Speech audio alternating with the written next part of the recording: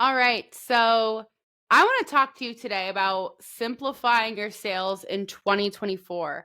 I have a whole series kind of planned out, and I started to make a bunch of notes about just simplifying your sales and your marketing and going forward, right? It's this time of year, and I'm recording this in December. So it's this time of year for many of us where we are wrapping up the fiscal year and figuring out, like, okay, where are we sitting revenue wise? What's worked? What hasn't? And if you're like me, I like to sit down and really kind of deep dive. What has worked? If we launched things, like what worked, what didn't. Where were my kind of slower months in business? Where were really successful months?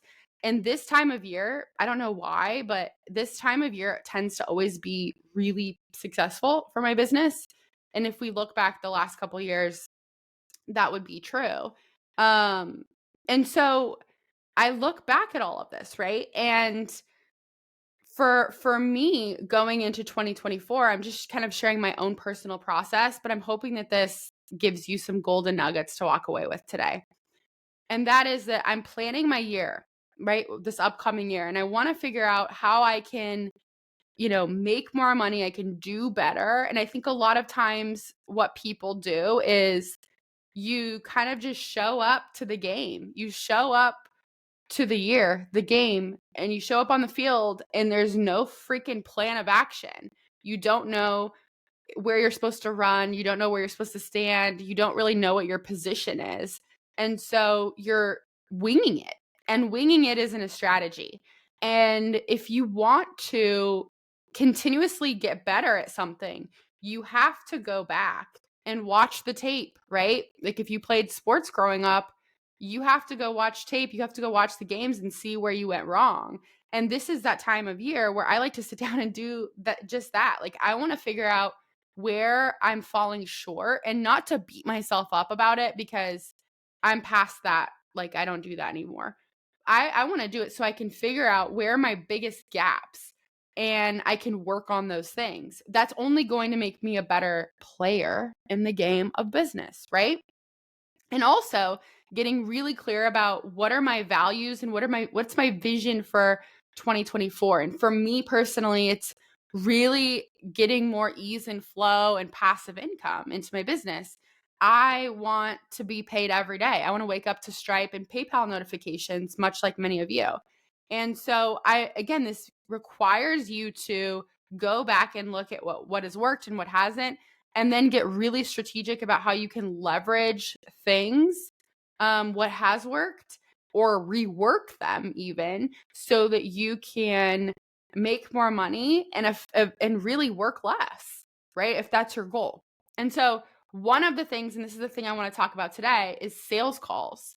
So I have built my business on the backbone of sales calls, and I actually like them.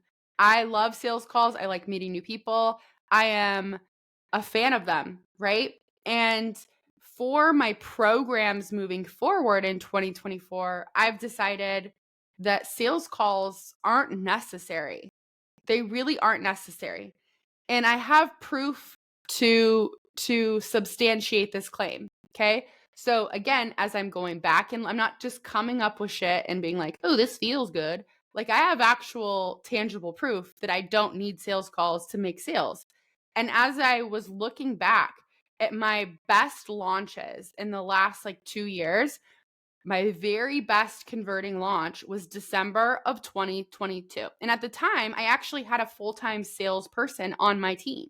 And usually in our launches, she was the go-to. She was having sales conversations every single day. She was reaching out to people, and this was her primary role, right? And she's getting on sales calls.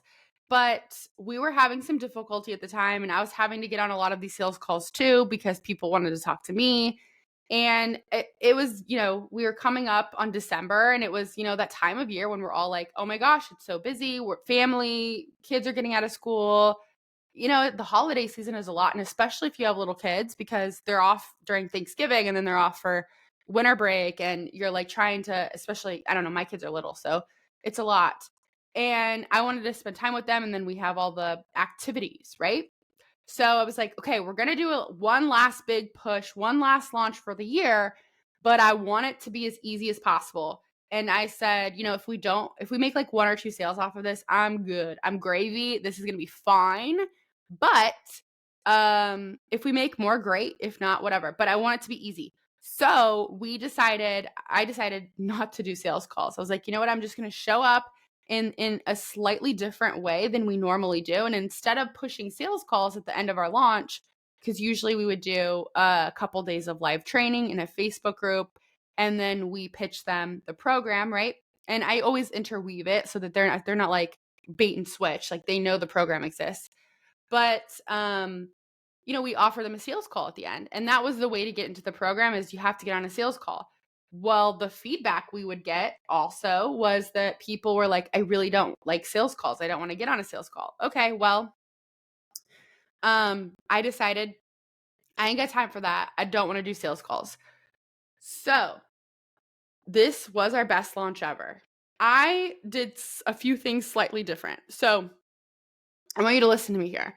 I created content. I really focused on creating more content that obliterated the sales objections before they could have them. So before we even began to pitch the program, I really focused on weaving in and sharing client success stories, case studies of people who had been in my program who had gotten success, having interviews with past clients on live, and they could watch and they could see, me asking them questions and them answering about their business.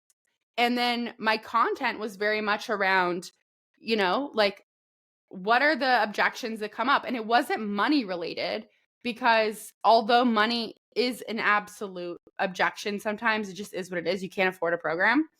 For many people, it's more about value. Like, if you're getting an objection all the time that, like, I don't have the money, I don't have the money, I don't have the money, either you're talking to the wrong people or they don't see the value. You're not communicating the value of what you do effectively. So they just don't see it. Because I promise you, they'll go and spend the same money somewhere else.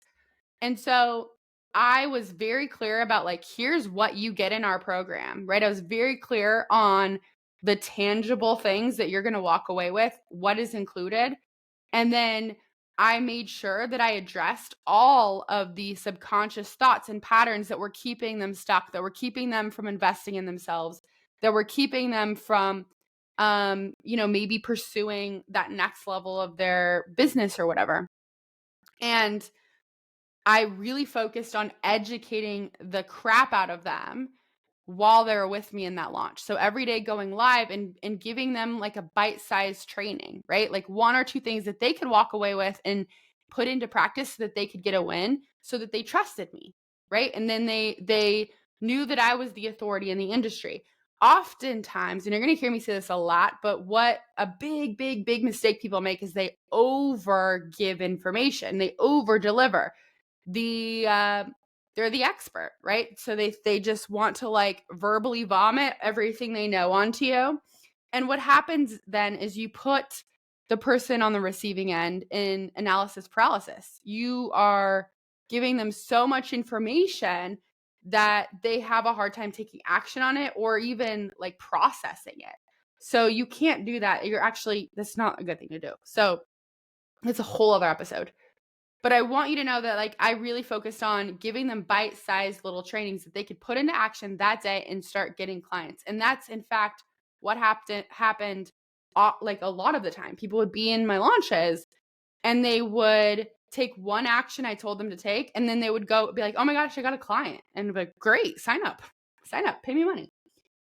Joking, but like also serious. So I also want to end with this. Like, I also realized that recently I was interested in a high ticket program to purchase. And I'd been in this funnel for a very long time. And the only way to buy it was to get on a sales call. And that felt already like really off-putting to me. And I'm somebody who could pay the program. Like, I can afford the program, I can pay for it. But the only way to purchase or to see a sales page or anything was to get on a sales call. And that was off-putting.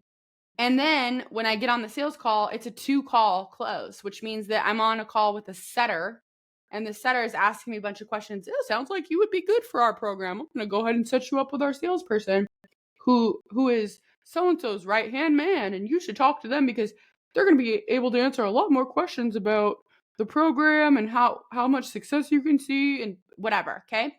I was freaking pissed. I had to wait another day to get on a second sales call. And I'm like, yo, if I had a link, I would have already paid by now. Now you're making me go through, like, jump through hoops just to give you money. And this feels icky as heck.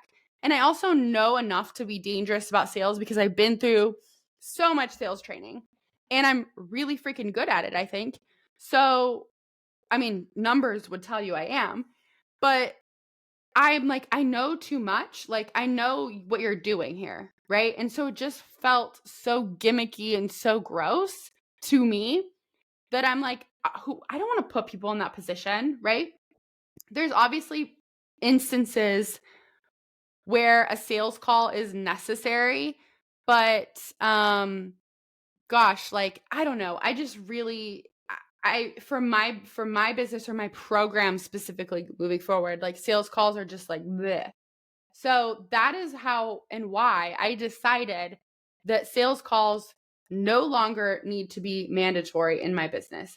And I want you to just think about that. It doesn't mean it has to be true for you, but where can you start to simplify your own sales process? Okay.